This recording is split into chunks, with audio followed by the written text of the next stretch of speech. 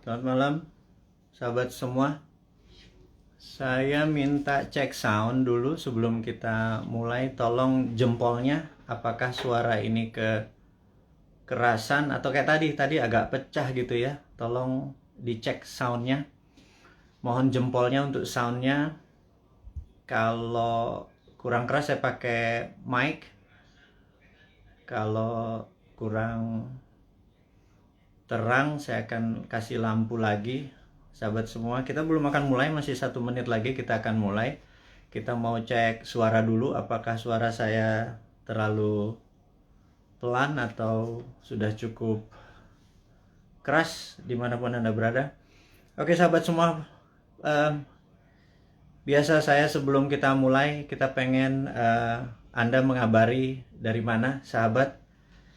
Ada yang dari Papua mungkin, saat ini sudah hampir jam 10 malam. Ada yang dari Aceh mungkin. Jadi tambah lampu. Kalau tambah lampu kayaknya emang udah hitam gue ini, jadi nggak bisa lagi gue bisa lebih terang dari ini nih. Ini masalah warna kulit, orang banyak macul di sawah ini, jadi memang minta maaf nih, ngapunten ini, orang emang hitam ini, elek kita emang ini. Jadi yang penting suara aja deh, karena suara itu adalah informasi apa yang malam ini kita akan umumkan. Cilegon, Jember, Tangerang, apa kabar? Pontianak, Tanah Karo, Sumut, luar biasa. Sorolangun, Kolaka, apa kabar? Ada yang dari Sulawesi. Pekanbaru, luar biasa nih teman-teman semua. Dari Madiun, oke, alhamdulillah suara cukup bagus ya.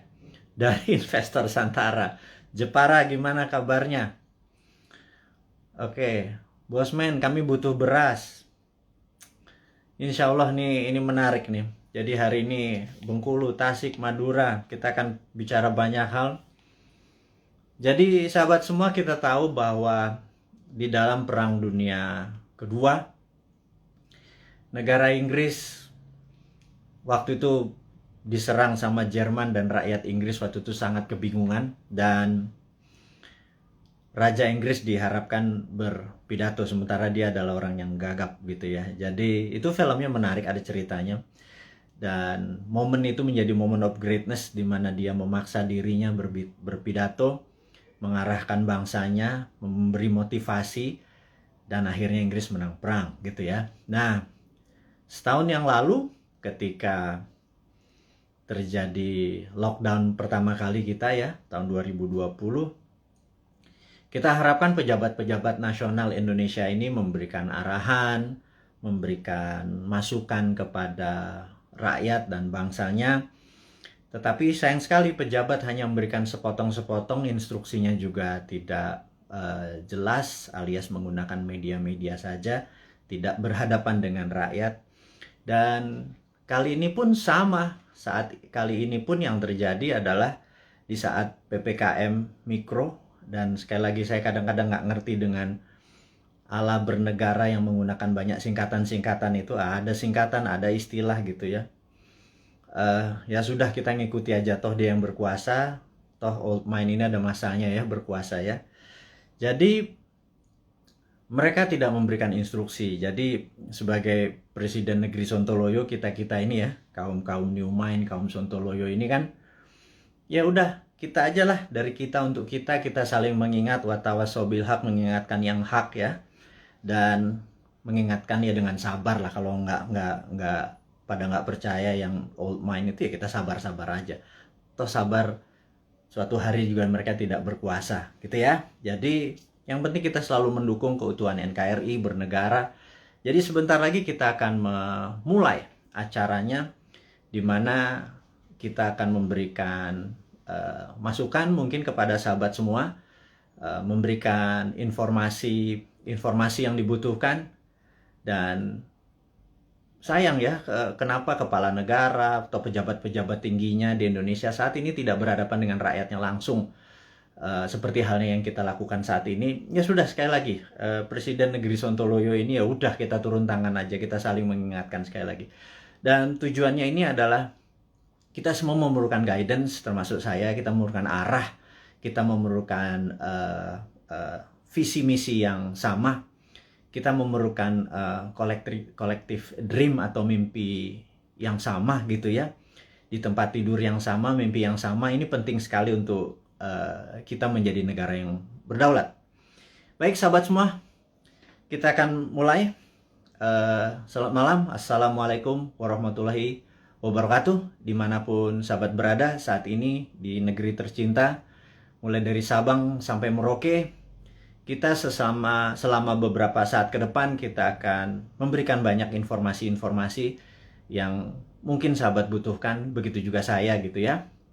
Jadi pertama-tama saya ucapkan terima kasih kepada nakes atau tenaga kesehatan dan tenaga medis, para dokter dan rumah sakit yang telah berjuang melawan COVID, melayani pasien yang saat ini udah kapasitasnya 100%.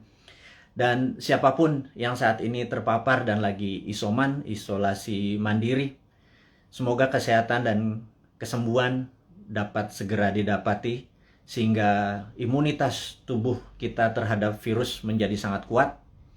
Dan sekali lagi, waktu kita terpapar COVID itu bukan death sentence atau hukuman mati. Itu adalah perjuangan. Dan sekali lagi, terima kasih kepada tenaga kesehatan, tenaga medis, rumah sakit. Anda pejuang terdepan. Anda adalah pejuang-pejuang yang membawa bambu runcing yang mengalahkan penjajah itu. Dan saya dari hati yang dalam dan kita kaum New Mind mengucapkan selamat dan terima kasih berkali-kali. Terus semangat, terus semangat. Kami bisa apa? Kami hanya bisa menerapkan protokol kesehatan di manapun kami berada dan kami mengurangi kegiatan berjumpa dengan banyak orang. Kami taat dan kita harap hal ini semua bisa terlewati. Kita tahu bahwa saat ini pemerintah lagi berjuang dengan gayanya dan semua negara juga berjuang dengan gaya masing-masing, tapi ada yang sudah lewat. Ada yang seperti kalau kita nonton Euro Cup kemarin gitu ya, agak sebel juga gitu ya, dimana mereka udah nggak pakai masker, mereka menang bukan sekedar menang dari COVID, tapi juga bola itu menjadi perayaan pelampiasan rasa suka yang setelah 1,5 tahun mungkin semuanya lockdown dan kita masih berada di rumah dengan PPKM-nya gitu ya. Lebaran 2020 kita taat pada pemerintah untuk tidak pulang kampung, kemudian lebaran haji pun kita tidak sholat id di publik. Mendadak tahun 2021, entah bagaimana, kita juga nggak pulang kampung. Saya juga rindu sekali sama ibu saya, keluarga saya di kampung yang nggak bisa ketemu.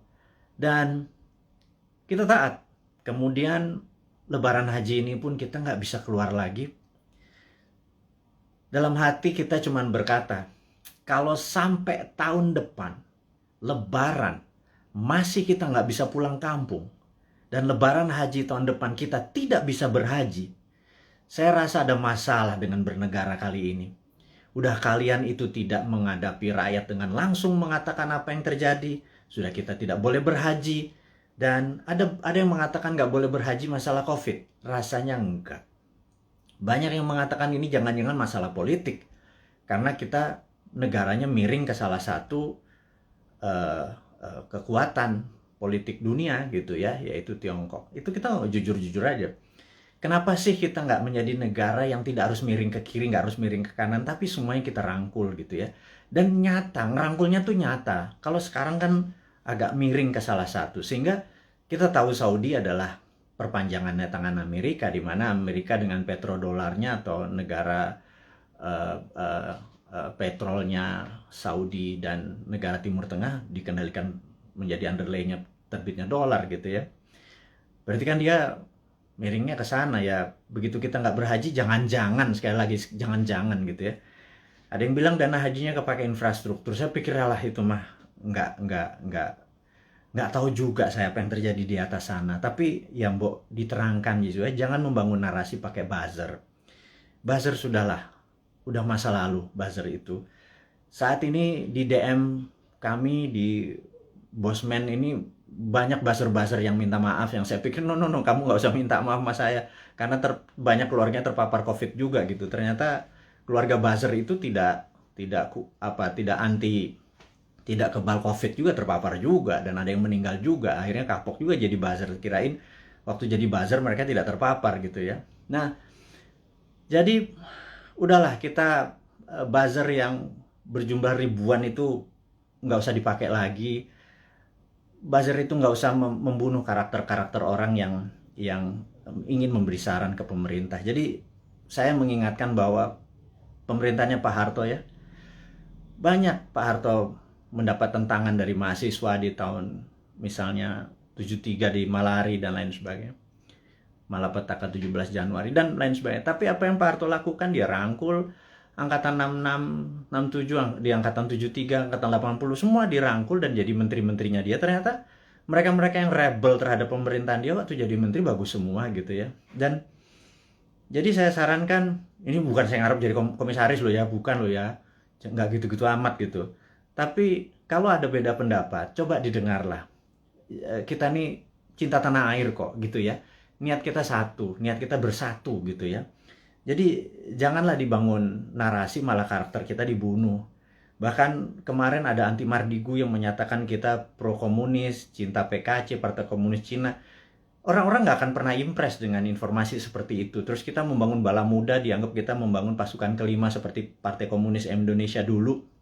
Membangun kekuatan petani diminta bersenjatai. Kemudian sewaktu Bosman mengambil pasukan muda, teenagers, yang berusia 14 sampai 20 tahun ya, yang belasan tahun itu, yang pendidikan Pancasilanya sedikit, yang mengetahui bela negaranya juga sedikit, terus kita bangun kekuatan dengan teen camp, bala mudanya kita bangun, summer camp 4 hari kita didik apa yang kita ajarkan di Lemhanas, kita ajarin ke anak-anak, kita ajarin disiplin militer, kita menjadikan anak-anak ini adalah patriotis nasionalis. Itu dicap untuk membangun kekuatan untuk anti pemerintah oleh buzzer-buzzer. Saya pikir Anda keterlaluan gitu ya. Iya, dan saya yakin orang-orang yang menjadi sahabat Newman ini nggak pernah percaya dengan apapun yang buzzer-buzzer itu lakukan. Dan karakter-karakter kayak gitu udah kuno lah gitu ya. Anak-anak sekarang zilenial, milenial ini sangat-sangat pinter dan nggak kemakan lah sama buzzer. Anda sudahlah tobat aja lah para buzzer itu, dan bersama-sama bangun narasi, jangan memecah belah bangsa gitu ya. Dan itu tadi informasi mengenai COVID. Jadi saya rasa malam ini saya ingin share sedikit tentang COVID ya. Jadi di seluruh dunia sudah 3,2 miliar vaksin tersebar, dan sahabat saya di Amerika baru aja pagi tadi menelpon saya, jadi malam di sana, bahwa Amerika itu menarik bahwa 49,1% adalah natural herd immunity, alias mereka terpapar dan sembuh sendiri. Kemudian 13 sekian persen menggunakan vaksin. Jadi kalau 49 tambah 13 mereka sudah hampir 70%, alias sudah kena herd immunity-nya. Jadi kalau 10% lagi divaksin dalam waktu 3 atau 4 bulan, kemudian Amerika sudah melewati herd immunity. Dan Eropa juga sama.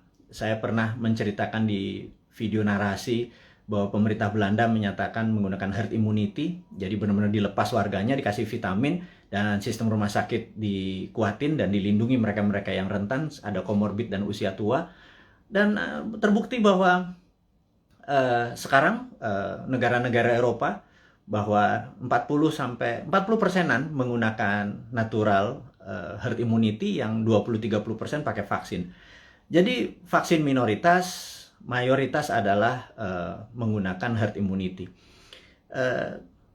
Indonesia saat ini mungkin yang herd immunity berdasarkan data di bawah 10% yang terpapar dan sembuh, yang tanpa gejala dan lain sebagainya. Kemudian yang kita baru berapa persen ya, dengan kecepatan 250.000 suntik per hari, 3 tahun lagi kita mendapatkan herd immunity itu mungkin sekarang baru 20-25% yang sudah dikatakan kebal gitu ya. Jadi mencapai 70%, 80% pencapaian ini masih cukup lama. Jadi saya pikir kita ada ya, sekali lagi bukan salah bernegara lah. Keputusan kemarin tidak tepat. Tetapi jangan sampai sekali lagi tahun depan menjadi tidak tepat. Kita udah 4 kali minus loh, kuartal 4 kali minus growth ekonominya 4 kuartal. Itu sebenarnya berat nanti ya. Sekarang kita bicara COVID dulu. Jadi Tiongkok saat ini sudah mencapai 70% juga imunitasnya, dan mereka mengatakan mereka memakai vaksin. Tapi sekali lagi, data dari Tiongkok saya nggak pernah percaya utuh, karena negara komunis itu memiliki propaganda. Malah feeling saya sekali lagi, rasanya Tiongkok menggunakan herd immunity juga, alias 40% dari populasi menggunakan natural herd immunity.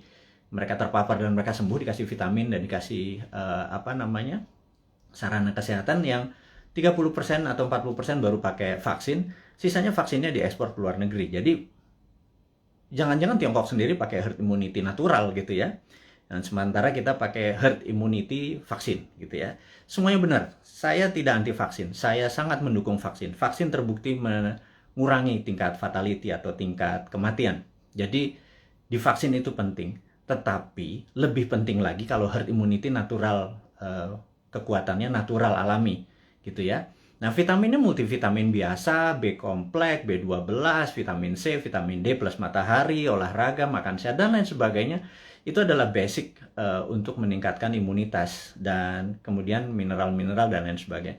Itu basic sekali dan semua dunia juga tahu, sehingga yang terjadi di negara Tiongkok adalah mereka-mereka yang natural herd immunity-nya. Dan ini ada yang menarik, sampai ada sebuah statement dari Anda kalau suka nonton, denger ya. Jadi kalau IG itu kan tempat pamer, jadi ada pamer kekayaan, pamer perjalanan dipamer-pamerin. Kemudian kalau di TikTok itu beda, generasi TikTok sama generasi IG beda. Kalau di TikTok itu Anda harus sombong gitu. Kalau IG begitu sombong Anda diledekin. Kalau di TikTok Anda harus sombong. Anda di rumahnya punya lift, bilang wah gila, rumahnya dia ada lift gitu. Dan nggak ada, bagi anak TikTok tuh biasa aja. Anak TikTok adalah anak zilenial, anak IG adalah anak milenial. Dan mereka ini adalah orang-orang yang well informed atau terinform bagus dengan dunia digital. Dan jadi sekali lagi kembali ke masalah COVID. Jadi Indonesia memilih menggunakan vaksin gitu ya, sementara negara-negara Eropa menggunakan natural herd immunity. Oke, nggak apa-apa. Yang penting sekarang kita adalah menjadi negara yang harus terbebas dan menang dari COVID.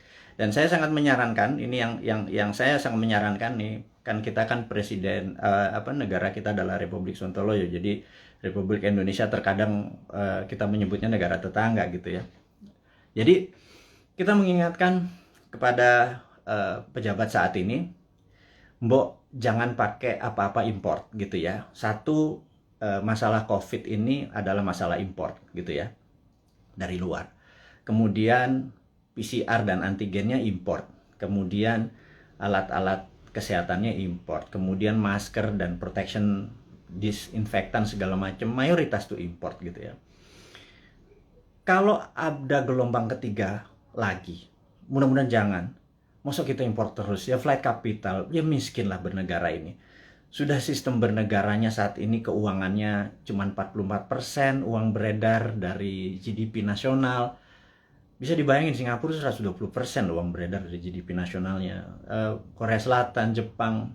Tapi nggak tahu kenapa kita cuma sepertiganya. Waduh, wahai ibu pejabat yang sering dapat prestasi, mohon dijelaskan lah. Jadi kami ini sering nanya gitu ya. Ya kalau kaum New Mind nanti yang berkuasa, pasti kita bisa 1:120%. Jadi kita naikin 3 kali lipat dari uang beredar pada saat ini. Gimana kita bisa maju kalau uang itu ditahan? Yang kedua adalah pajak lah jangan naik terus. Maksud saya begini loh. Kalau Anda ingin misalnya PPH yang naik dari 10% jadi 12 atau berapa itu ya. Kalau Anda dulu kami dapat pendapatan 100 gitu, Anda pajak 10, oke lah. Kemudian Anda naikin jadi 15, tapi kami dapatannya 80 dan Anda nggak ngikut lagi untuk numbuhin. Ya kami juga nggak ikhlas kayaknya ngebayar. Jadi gini lah, kalau memang mau naikin 15%, 20% sekalipun nggak apa-apa. Tapi kalau tahun lalu kami dapat 100, pastikan tahun ini kami dapat 300 gitu. Dengan kebijakan yang Anda mendukung dunia kerja atau dunia UKM. UKM itu paling menderita pada saat ini, entah bagaimana. Nomor satu ya, kalau mau maju, kita semua tahu rule of thumb-nya untuk maju negara itu sangat sederhana, yaitu kredit selalu tumbuh di atas 15% setiap tahunnya daripada tahun belakangan. Jadi kalau tahun lalu 100, ya tahun ini 115. Minimum dengan naiknya 15% dari kredit tadi, negara naik 7%. Kalau sekarang jangankan 4%, 5% naik. Jadi kalau growth-nya cuma 2% malah minus, itu ya wajar karena uang terlalu ketat. Dan apa sih susahnya Anda untuk memprinting money berbasis production gitu loh. Kita udah ingatkan berkali-kali. Dari 2016, Bosman Sontoloyo ini mengingatkan, MMT itu Modern Monetary Theory yang digagas oleh Michael Hudson itu bukan isapan jempol. Kita cuma beda mazhab aja. Anda Keynesian, kita post-Keynesian. China pakai sudah dari tahun 89. Amerika pakai dari tahun 71 printing money itu. Terus negara Eropa, negara Jerman pakai semua. Ini untuk menyelesaikan masalah COVID ini ya, Tiongkok pun melakukan printing money saat ini. Dan kok kita malah minjem sih? Aduh, gimana sih? 6.500 triliun loh. Itu bunganya aja udah hampir 3.300 triliun. 300 triliun kalau buat beli obat itu selesai masalahnya, gratis semua, PCR gratis, antigen gratis. Kalau PCR-nya bayar, antigennya bayar, gimana kita mau travel? Terus udah kayak gitu, dengan PPKM kita ini udah taat sama ininya, tapi semuanya bayar gitu ya. Vitamin bayar gitu ya. Terus pajak bayar, terus kita pokok nggak pernah kebayar, negara sibuk bayarin utang, terus nambah utang. Aduh, ini mau mulai dari mana? Kita nih bertanya. Jadi sekali lagi, sahabat semua, kaum New Mind, kita ingin ke depan kita menjadi negara berdaulat. Jadi hari ini yang mau diinformasikan adalah gimana caranya kita di tahun 2045 Indonesia adalah negara superpower. Udah ya, itu adalah tema hari ini. Kenapa kita bilang ada yang penting dari Bosman hari ini mau mengumumkan sesuatu, yaitu kita ingin tahun 2045 pada saat Indonesia 100 tahun, Indonesia Emas, Indonesia menjadi negara superpower, bukan sekedar negara kaya lagi, negara superpower. Kita nggak bisa tumbuh hanya 5% atau 7% seperti janji-janji kemarin di dalam kampanye. Nggak bisa. Kita tumbuh harus lebih powerful dari angka-angka itu. Terus bagaimana membuat ini berdaulat gitu ya? Oke, sahabat semua. Saya ada beberapa informasi sebelum kita masuk ke topik ke sana, bahwa kita tahu saat ini negara-negara sudah kena herd immunity-nya dan kita masih belum. Dan penting untuk kita memberi informasi adalah begini. Sahabat, saya mengingatkan, kita masuk ke topik berikutnya setelah tadi ini masuk.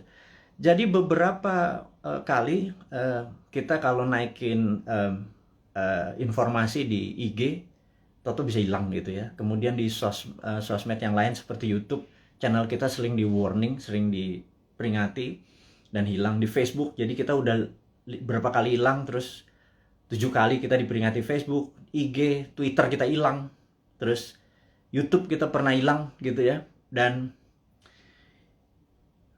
ternyata saya baru memahami setelah algoritma teman-teman melihat dan dilaporkan, ternyata cara menghilangkannya gampang. Begitu mereka tidak ingin video atau tulisan segala macam itu, sekelompok buzzer adalah menginformasikan, melaporkan bahwa ada unsur porno, ada unsur dan lain sebagainya, sehingga pemilik sosial media yang tidak bisa berbahasa Indonesia itu pokoknya dapat laporan, terus mereka kasih peringatan kita gitu ya.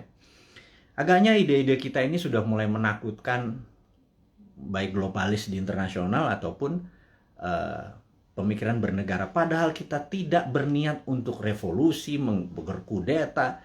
Kita ingin negara kita utuh dan kita ingin negara kita menjadi negara berdaulat di 2045. Kita tidak tergantung pada negara asing gitu ya. Yang kita tanyakan misalnya pada saat kita taat, tapi TKA asing masuk. Anda datang deh jam 12 malam, jam 2 malam ke Soekarno-Hatta ya, pakai masker ya, sama disinfektan. Anda bisa lihat ada 300 orang, 500 orang, terus mereka nggak ada karantina. Pertanyaan sederhana, kenapa nggak dikarantina sih? Gitu aja. Segitu kuatnya pendukung mereka-mereka ini, yang saya nggak tahu pejabatnya mungkin sakti sekali gitu ya. Sehingga waktu kita peringati kenapa mereka bisa masuk, kenapa kita taat terus mereka asing bisa masuk, terus mereka bisa ikut bersama-sama commercial flight dengan warga negara Indonesia lainnya, mereka tidak bisa berbahasa Indonesia. Dan jawabannya adalah jangan macam-macam, suruh diam kau gitu ya, karena nanti kalau negara itu tidak mau invest di Indonesia, Indonesia bisa rugi. Itu kalimat yang benar-benar menurut saya, lu gila ya, jangan gitulah. Emang satu-satunya negara ngolong itu memang Tiongkok apa? Segitu taatnya gitu? Enggak gitulah, jangan berkata begitu, kita bukan anak-anak lah. Berbicara yang lebih elegan sedikit, dengan data, dengan santun, jangan membentak, jangan menghardik gitu ya. Kita bertanya juga baik-baik, ya kasih jawaban aja gitu ya, bahwa nanti kita urus, kasih yang manis lah gitu. Kita udah capek saling bentak, saling curiga gitu, udah capek gitu. Bernegara elegan sedikit, statement lah, jadi negarawan lah. Jangan jadi pedagang, mau ada cuan, ada untung segala macam gitu ya. Ya lu untung, gua kagak gitu ya, apalagi rakyat gitu ya. Itu kami bertanya gitu ya, kami dapat apa? Udah asetnya hilang, tanah air kita hilang, diambil barangnya, kita cuma dapat apa? Dapat pajak gitu. Buktinya kita tetap dipajakin tuh. Terus apa? Dari apa untungnya gitu ya? Terangin aja, ini untungnya segini. Kalau kita yang tahu adalah aset kita hilang, nikel kita gone, digantikan dengan apa gitu. 20 tahun lagi, Anda ingat, saya pernah ke Nauru. Nauru itu negara menarik. Dulu dia penghasil P2O5 atau fosfat. Wah, kayanya bukan main. Tapi beberapa 20 tahun yang lalu Nauru kehilangan fosfatnya karena dikeduk abis. Ya sudah, sama Amerika waktu itu, dikeduk abis. Negaranya miskin, hidupnya tinggal dari pariwisata aja saat ini. Naurunya kehilangan asetnya. Anak cucunya cuma bilang, oh dulu kita menghasil fosfat ya, gitu ya. Jangan sampai anak cucu kita bilang, Eyang, dulu Indonesia menghasil nikel ya? Nikelnya di mana ya?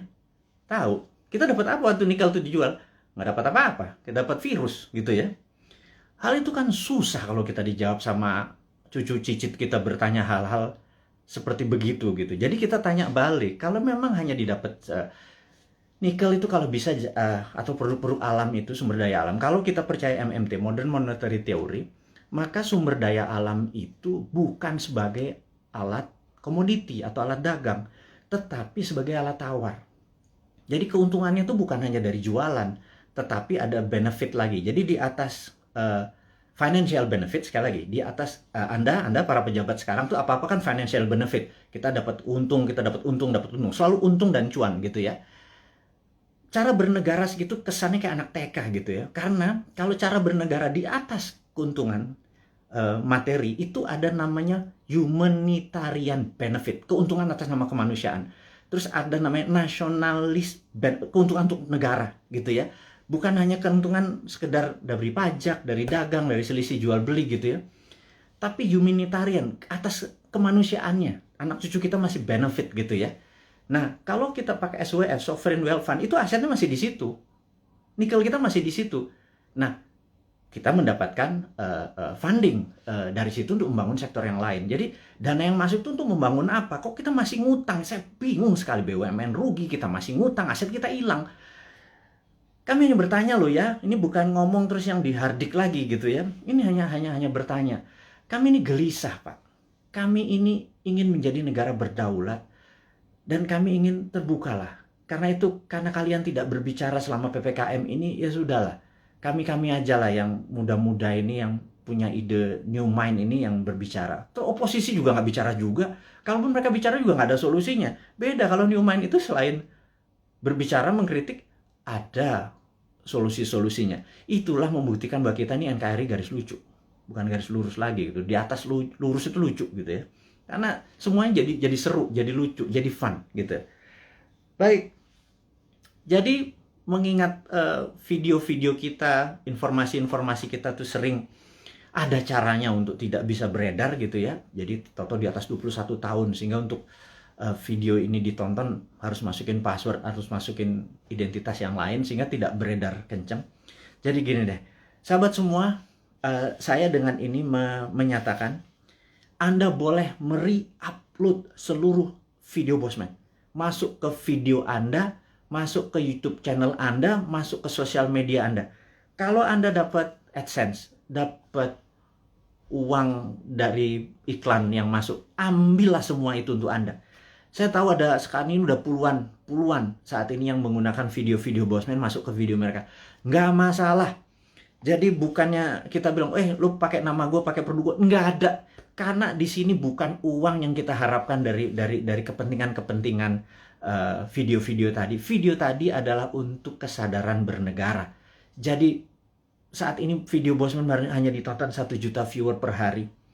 Dengan Anda, sahabat semua, ada 9.000 saat ini.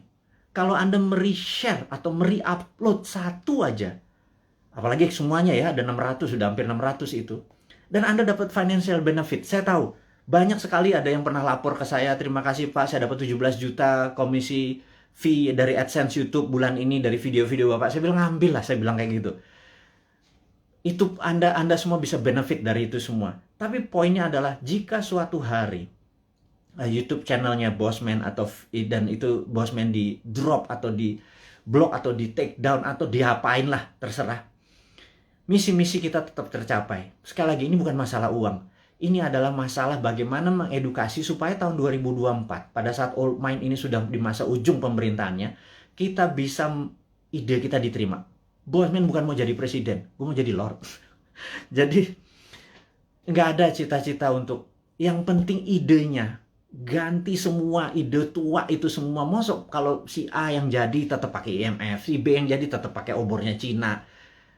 Coba aja lihat sekarang yang di etalase di 2024. Semuanya pasti begitu jadi. Tanya deh, begitu jadi, pasti pakai itu lagi. Bernegaranya taat sama Amerika lagi, takut sama Tiongkok lagi gitu ya. Jadi, oke lah. Siapapun nanti yang jadi, mereka akan bilang, Bosman, gue ambil konsep lo ya.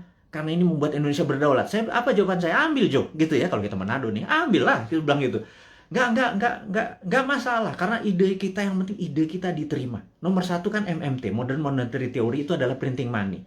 Jadi pasti Bappenas kita adalah orang-orang yang mendesain bernegara ini 12 lapis. Nah, sahabat semua, apa itu desain 12 lapis? Jadi misalnya kita mau buat benang atau baju gitu ya, baju kita kainnya dari mana, benangnya dari mana, mau pakai polyester, mau pakai katun, 100% kapas. Terus kancingnya dari mana, mau pakai resleting dari mana, ada yang pakai batok, ada yang pakai plastik, ada yang segala macam. Itu kita bukan sekedar ini. Dan itu semua kita biayai, 12 level itu kita biayai. Nanti distribusinya kemana, pakai jalanan apa, mobilnya apa, semua akan kita gunakan produk-produk lokal. Dan itu pakai printing money. Jadi printing money itu tidak bisa jalan sebelum project itu dihitung cost accountingnya, ya. Jadi John Bollard ini punya tulisan menarik, namanya Economic at War. Itu bukunya. Saya ini penggila buku, jadi hari ini kita baca tentang Economic at War. Jadi di tahun 45, pada saat sebelum perang, di tahun 36 sampai 39, pada saat Amerika dan sekutu Amerika, terutama Amerika dulu belum powerful sekali. Jadi negara-negara Eropa itu minta Amerika masuk. Terus apa yang dilakukan adalah mereka minta John Maynard Keynes, ada banyak sekali ilmuwan-ilmuwan, tokoh-tokoh ekonom di masa itu disuruh menghitung cost accounting. Berapa kilogram, berapa ton besi dibutuhkan, ferro, berapa untuk buat amunisi, untuk buat baju, untuk buat makan, itu dihitung cost accountingnya. Untuk buat pesawat, buat tank, buat mobil, buat dan lain sebagainya dihitung cost accounting. Berapa modalnya, terus dari mana barangnya dirinci. Syaratnya sederhana. Churchill waktu itu sangat sederhana. FDR juga, Franklin Delano Roosevelt juga perintahnya sama. Ini dua Inggris sama Amerika memang kompak banget. Mereka cuma bilang, berapa biayanya untuk kami menang perang? Perang itu ada perang sama Jepang dan perang sama Jerman gitu ya. Mereka menghitung totalnya sekian billion dolar. Itu angka dari langit billion dolar. Begitu mereka printing money, udah. Underlay-nya adalah alat-alat perang tadi gitu ya. Ada inflasi? Nggak ada gitu ya. Makanya saya bilang printing money kok ada inflasi. Saya bilang, lu sekolah di mana sih? Segitu takutnya sama printing money gitu ya. Printing money itu ditakuti kalau tidak ada production yang dibuat gitu ya. Tapi kalau, nah, bukunya baca, namanya The Economic at War. Jadi The Economist at War. Jadi orang-orang memenangkan perang tuh ekonom yang memenangkannya gitu ya. Nah, jadi sama, kita nanti akan sama juga. Kita akan membuat menghitung cost accountingnya, kemudian kita akan printing money, dan UKM kita langsung jalan, karena kita mau tahun 2024 itu kita menjadi negara berdaulat gitu ya. 2024 2045 kita akan menjadi, dan mulainya dari 2024 karena sekarang kayaknya udah nggak kasihan sekarang ngurusin COVID, terus ngurusin apa Tiongkok ya udahlah, itu mereka terlalu repot dengan urusan gitu. Nggak mungkin lah bisa menjadi negara berdaulat. Kita cuma ngingetin sekali lagi. Jadi kita harapkan konsep kita ini diterima oleh siapapun yang nanti mau running 2024, konsep kita ini. Jadi kalau Anda bayangin ber-9.000 kita upload masuk, Anda buat, kalau nggak punya YouTube channel, Anda buat YouTube channel. YouTube channel Anda sendiri, Anda tinggal ambil tulis kita, terus kasih judul-judul yang jangan terlalu negatif atau terlalu clickbait gitu ya. Kasih yang educate, kasih yang fun, kasih yang lucu dan lain sebagainya. Sehingga ribuan atau jutaan orang. Saat ini ada 180.000 orang yang ada di internet. Ada 180 juta. Jadi saya harapkan teman-teman bisa memanfaatkan. Kalau Anda dapat 1 juta per hari, Anda bisa hampir 100 juta itu dari AdSense-nya dari YouTube gitu ya. Pakai aja video-video kita ini untuk di re-upload, di reshare, dan pakai akun-akun Anda sendiri. Perbanyak itu semua informasi-informasi itu. Anda boleh mengganti thumbnail-nya, mengganti footage-nya. Yang penting voice-nya jangan dipotong. Narasinya gunakan tulisan agar orang menjadi lebih paham gitu ya. Ini tujuannya bukan untuk memecah belah bangsa, ini tujuannya untuk membuat kita negara berdaulat. Dan cara cerdas bernegara ini sudah hampir 600 video. Sebarkanlah gitu ya. Kemudian sahabat semua, kita saat ini ya tadi ada informasinya adalah untuk mereupload. Anda sangat diizinkan menggunakan nama Anda video-video Bosman.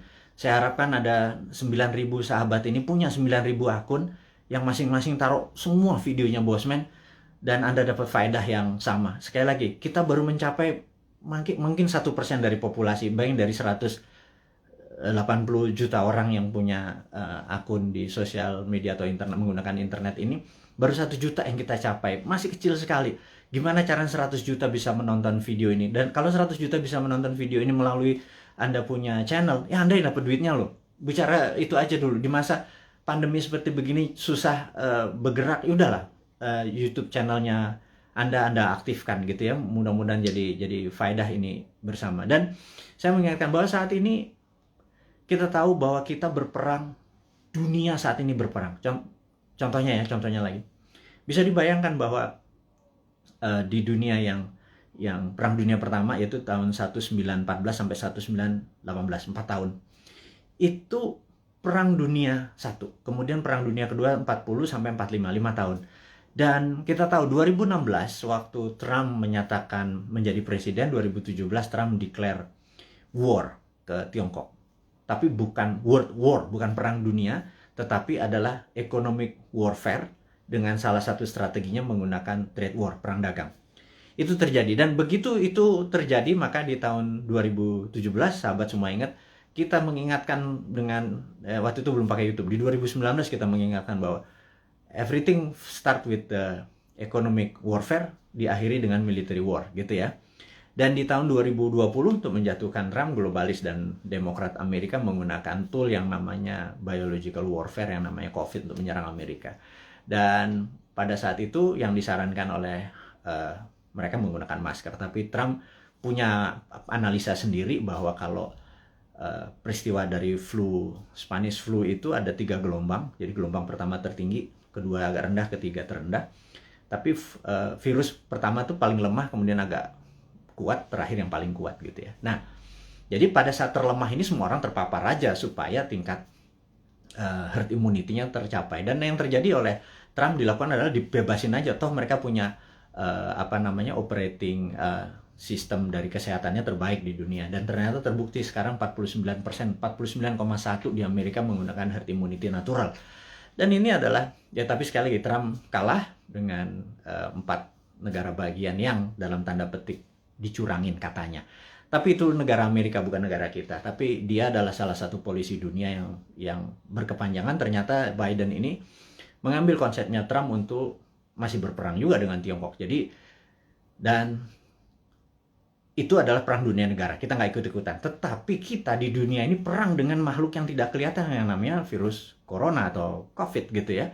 Jadi begitu dunia saat ini menjadi satu rasa dan perang bersama, inilah yang menarik, bahwa kita harusnya sudah menggunakan war mode atau ekonomiknya at war. Jadi ekonomi itu ada 3, economic at normal condition, economic at crisis, dan economic at war. Jadi harusnya bernegara itu pakai economic at war. Sayangnya sekali lagi mereka nggak paham saat ini, old mind yang berkuasa ini nggak paham bahwa ekonomi at war tuh gimana ya gitu ya. Sekali lagi, aduh, itu kadang-kadang kita mengelus dada gitu ya, kok ya beda lagi strateginya, ya nggak pakai ngutang jelasnya gitu ya, harus berdikari, berdiri atas kaki sendiri, every country for their own, negara ngurusin sendiri. Jadi begitu kita masuk perang dunia, yaitu 2020 kemarin, 2021 saat ini kita masih dalam keadaan perang, dan WHO serta World Bank sudah mengumumkan bahwa perang ini diperkirakan berakhir tahun 2025.